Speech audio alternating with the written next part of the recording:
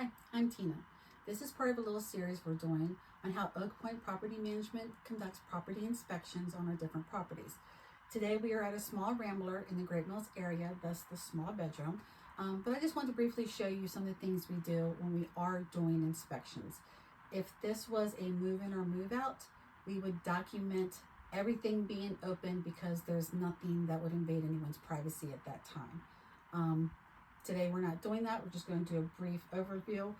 All of our inspections are loaded up through an app onto our website.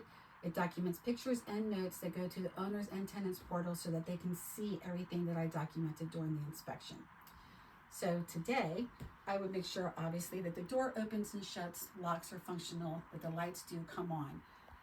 We'll take that straight into any lights and ceiling fans. I make sure that they are working and that there aren't any blown bulbs, broken fixtures, things of that nature.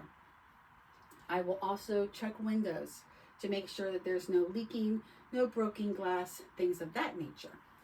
I would observe all the walls, make sure there's no holes in the walls. I would look at the carpets to make sure that there's no damage to the carpets, whether it's tearing, stains. If it's hardwood or vinyl floors, I just check the surfaces to make sure there's no damage, to make sure there's no water leakage, anything of that sort. I will also check outlets out to make sure that I don't see any scorch marks. I do not walk around and plug something into every single one, although that is something I recommend that my tenants do upon move-in, and then they can advise me if there's any one that doesn't work so that we can either get that fixed or to see if it follows code with how many units do work in a certain room. So we have 2 windows in this unit, in this bedroom, so I would definitely check both of those out.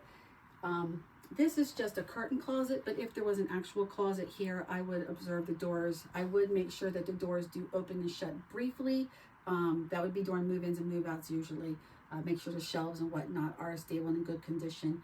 But because there is a tenant living here, I will not open, I will not go into it because that is a violation of their privacy.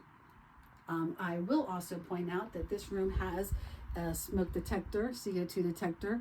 Maryland code is that they usually need to be the 10-year lithium ones. People like the combo, the 10-year lithium batteries. So we will also make sure that compliance is being followed.